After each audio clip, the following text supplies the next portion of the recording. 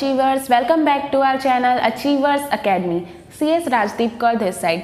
My dear students, इस video में हम क्लास 10th महाराष्ट्र बोर्ड के ज्योमेट्री के चैप्टर 2 का एक इम्पॉर्टेंट थ्योरम डिस्कस करेंगे जिसका नाम है पाइथागोरस थ्योरम. अभी तक हम इस लेसन के दो थ्योरम सीख चुके हैं, एक similarity of right angle triangle और दूसरा geometric mean theorem.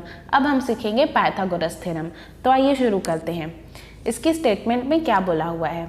Pythagoras theorem आप बचपन से यूज़ करते आ रहे हो. ऑलमोस्ट 6th-7th क्लास से पाइथागोरस थ्योरम हमारे सिलेबस में आ जाती है. तो हम सबको पता है कि वो क्या होता है, लेकिन उस थ्योरम को पहली बार इस क्लास में आप प्रूफ करने वाले हो कि वो थ्योरम एक्चुअल में आई कैसे. इन अ राइट एंगल ट्रायंगल, इसका मतलब ये जो थ्योरम अप्लीकेबल होने वाली है ये एक राइट एंगल ट्रायंगल पर होने वाली है. The square of hypotenuse. अच्छा, गिवन क्या हो गया, राइट एंगल ट्रायंगल पर अप्लीकेबल होगी, मतलब in triangle P Q R angle Q is 90 degree. मतलब गिवन ये है कि ट्रायंगल पी क्यू आर में एंगल क्यू 90 है, बस इतना गिवन है.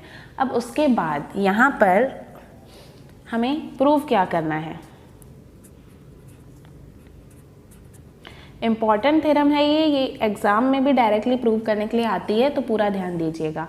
प्रूव ये करना है कि द स्क्वायर ऑफ हाइपोटेनस, ये जो हाइपोटेनस है इसका square P R square is equal to the sum of the square of remaining two sides. Remaining two sides यानी पी क्यू और क्यू आर, इन दोनों के स्क्वायर का सम.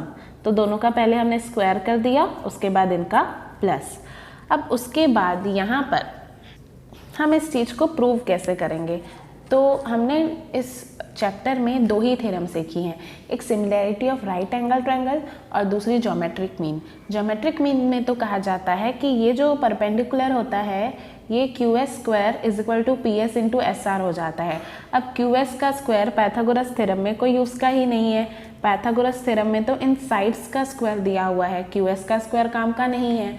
तो फिर हम कौन सी थ्योरम यूज़ करेंगे, तो एक ही थ्योरम बचती है, that is similarity of right angle triangle. तो वही हम यहाँ पर अप्लाई करेंगे. और similarity of right angle triangle की कंडीशन ये है कि जो राइट एंगल ट्रायंगल है उसके अंदर एक परपेंडिकुलर ड्रॉ किया होना चाहिए जो हाइपोटेनस पर ड्रॉ किया हो. तो इसीलिए यहाँ पर ये क्यू एस हमारा कंस्ट्रक्शन हो जाएगा. ये कंस्ट्रक्शन वाला पार्ट है, ये डायग्राम, ये हमारे पास थ्योरम के अकॉर्डिंग नहीं गिवन है. थ्योरम के अकॉर्डिंग तो बस क्या दिया हुआ है, एक राइट एंगल ट्रायंगल. तो कंस्ट्रक्शन के according draw Q S perpendicular on P R. अब यहाँ पर हम शुरू करेंगे हमारा प्रूफ. तो प्रूफ में मैंने आपको जैसे कि बताया कि similarity of right angle triangle use करनी पड़ेगी. तो by similarity of right angle triangle, सबसे पहले उसकी कंडीशन क्या होती है, उसकी कंडीशन ये होती है कि एक ट्रायंगल जो है वो राइट एंगल ट्रायंगल होना चाहिए, जैसा कि पी क्यू आर है. In triangle P Q R angle Q is 90. और दूसरी कंडीशन है कि एक परपेंडिकुलर ड्रॉ होना चाहिए हाइपोटेनस पर, Q S is perpendicular on P R. अब अगर दोनों ही कंडीशन पूरी हो जाती है तो similarity of right angle triangle के अकॉर्डिंग ये दोनों ट्रायंगल एक दूसरे से भी सिमिलर हो जाते हैं और ये दोनों ट्रायंगल इस बड़े वाले ट्रायंगल से भी सिमिलर हो जाते हैं. मतलब ये तीनों ही एक दूसरे से क्या हैं, सिमिलर. अगर ये तीनों एक दूसरे से सिमिलर हैं तो ये बात हम लिख देंगे, therefore triangle P Q R is similar to. अब सिमिलैरिटी लिखते वक्त हमें ये ध्यान रखना है कि हम जो ट्रायंगल का नाम लिख रहे हैं वो करस्पॉन्डेंस के अकॉर्डिंग हो. इसका मतलब क्या होता है, जैसे पी क्यू आर को हम सिमिलर शो करना चाहते हैं इस ट्रायंगल से, तो लिखते वक्त जो ट्रायंगल के वर्टेक्स होते हैं जैसे पी एस क्यू, उनकी सीक्वेंस बराबर होनी चाहिए. तो अब जैसे पी क्यू आर ये ट्रायंगल है और दूसरा ट्रायंगल है पी एस क्यू, तो यहाँ पर इस ट्रायंगल में भी P है, इस ट्रायंगल में भी P है.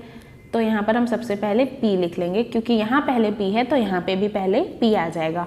उसके बाद है यहाँ पे Q. अब Q जो है वो 90 डिग्री वाला एंगल है, तो PSQ में 90 डिग्री वाला एंगल है S, तो Q की जगह यहाँ आएगा S. और अब यहाँ पे आ जाता है R, और PSQ में पी एस अगर हो गया तो बचता है सिर्फ क्यू, तो यहाँ आ जाएगा क्यू।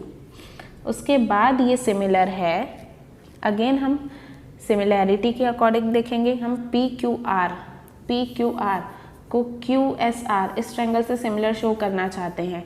तो जैसे यहाँ पर क्यू 90 डिग्री का था, बड़े वाले ट्रायंगल में क्यू 90 डिग्री का था, तो छोटे वाले ट्रायंगल में एस 90 का है, तो क्यू बीच में, तो एस भी यहाँ पर हमने बीच में लिख दिया।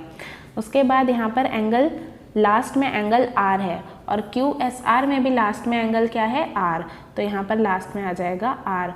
उसके बाद इसमें है पी, और क्यू एस आर में अब बचता है सिर्फ क्यू, तो यहाँ पे आ जाएगा क्यू। तो इस तरीके से हमें करस्पॉन्डेंस के अकॉर्डिंग सिमिलर ट्रायंगल्स को लिखना है।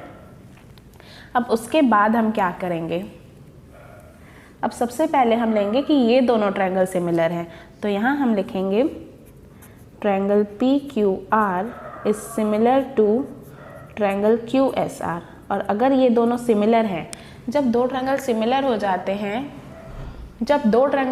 हो जाते हैं तो उनकी साइड्स का रेशो इक्वल हो जाता है।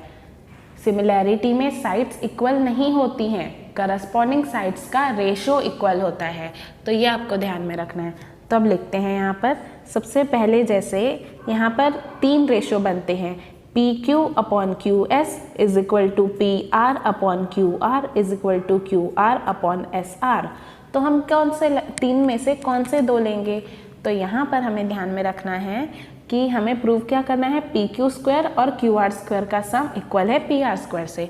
तो ये यहाँ पर हम पी क्यू आर जो है वो क्यू एस आर से सिमिलर है, ये लिख दिया, और यहाँ पर मैं लिख लेती हूँ कि पी क्यू आर जो है वो सिमिलर है पी एस क्यू से। तो देखो यहाँ पर क्या हुआ है, पी क्यू आर एक बार इसके साथ सिमिलर शो करके यूज़ करेंगे, और पी क्यू आर एक बार पी एस क्यू से सिमिलर शो करके यूज़ करेंगे। अब उसके बाद यहाँ पे हमें इन दोनों से क्या मिलने वाला है, हमें इन दोनों से एक से हमें मिलेगा क्यू आर स्क्वायर और एक से हमें मिलेगा पी क्यू स्क्वायर। तो उसके अकॉर्डिंग हमें साइड्स का रेशो लेना है। जैसे यहाँ पे हमें पी क्यू चाहिए या फिर क्यू आर चाहिए, इससे अगर हमें इससे क्यू आर चाहिए तो हम कैसे ध्यान में रखेंगे, सबसे पहले क्यू आर लिखेंगे। अब यहाँ पे अगर हमने क्यू आर लिया तो यहाँ पे एस आर लेना पड़ेगा उसके करस्पॉन्डेंस के अकॉर्डिंग। अब उसके बाद अगर यहाँ से हम पी आर ले लेते हैं तो अगेन हमें एक और क्या मिल जाएगा, क्यू आर।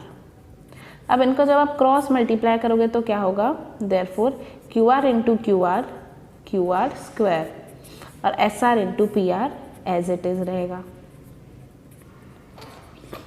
इसको हम नंबर 1 दे देते हैं। उसके बाद in triangle P Q are and P S Q, अगर अब यहाँ से क्यू आर मिल गया तो अब यहाँ से क्या मिलेगा, पी क्यू मिलेगा। तो पी क्यू लिखेंगे सबसे पहले, अपॉन यहाँ पे पी क्यू लिखा तो यहाँ पी एस लिखेंगे। उसके बाद यहाँ पे अब अगेन हमें एक और पी क्यू चाहिए, तो यहाँ पे है पी क्यू, तो इसका हमें पी आर लेना पड़ेगा, पी क्यू। तो यहाँ पे क्या हो जाएगा, P Q into P Q square और P S into P R. यहाँ पे भी हमने क्या किया, क्रॉस मल्टीप्लाई किया। अब ये 2 चीज़ें हमें मिल चुकी हैं, इसको हम नंबर 2 दे देते हैं। अब इसका रीज़न हमने नहीं लिखा, इसका रीज़न क्या होगा, CSST, that means corresponding sides of similar triangle. इसका भी रीज़न सेम रहेगा, CSST, that is corresponding sides of similar triangles. अब यहाँ पर इसके आगे क्या होगा, देखो यहाँ पर फ्रॉम 1 and 2, अगर आप 1 और 2 को ऐड करोगे तो देखो क्या होता है, एडिंग 1 and 2, 1 और 2 को हम यहाँ ऐड करेंगे। तो यहाँ पर देखो 1 में क्या दिया हुआ है, Q R square is equal to S R into P R, और ये वाले इसको अगर हम ऐड करें तो यहाँ पर लिखेंगे P Q square is equal to P S into P R. अब इनको ऐड करना है तो इनको ऐड करके क्या आएगा, क्यू आर और पी क्यू को अगर हम ऐड करते हैं तो Q R square plus P Q square is equal to, इस पूरे को अगर ऐड करते हैं तो S R multiply P R plus P S multiplied by P R. तो यहाँ पर अब अगर आप ध्यान से देखोगे तो ये तो एज इट इज़ रहेगा Q R square plus P Q square, लेकिन ये जो 2 टर्म्स हैं इन दोनों ही टर्म में पी आर आ रहा है, मतलब पी आर को हम कॉमन निकाल सकते हैं। पी आर को अगर हम कॉमन निकाल दें तो ये वाली टर्म में बच जाएगा सिर्फ एस आर प्लस, अगर पी एच और पी आर में से हमने पी आर को बाहर निकाल दिया तो यहाँ बचता है सिर्फ पी एस। अब यहाँ पर पी आर और ब्रैकेट के बीच में कुछ भी नहीं है, मतलब multiply, S R plus P S, S R plus P S, इन दोनों को प्लस करके क्या मिलेगा हमें, पी आर, और P R multiply P R करने से क्या मिलेगा हमें, पी आर स्क्वायर, और यहाँ पर क्या है, Q R square plus P Q square, और यही चीज़ हमें प्रूव करनी थी। P R square is equal to P Q square plus Q R square, P R square is equal to P Q square plus Q R square. Thank you.